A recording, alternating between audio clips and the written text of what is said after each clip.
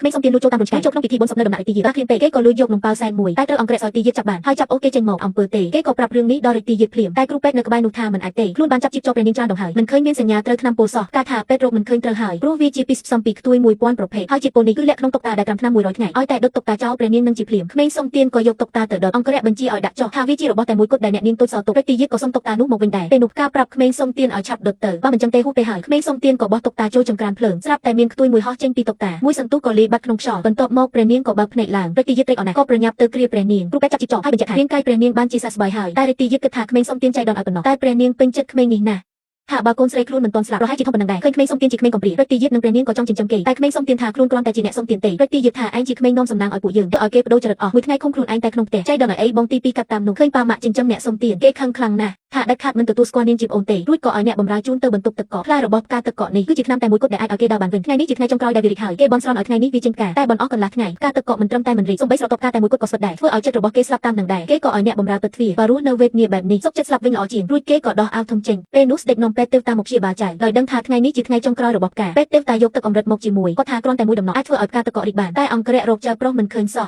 ក្មេងស្រីក៏ស្រូបផ្កាអោគីដេកខាងក្រៅការថាគេទៅខាងឆ្វេងក្មេងស្រីក៏ប្រាប់ប៉ាម៉ាក់ភ្លាមរាជទាយាតនឹកឃើញថាខាងឆ្វេងជាបន្ទប់ទឹកកក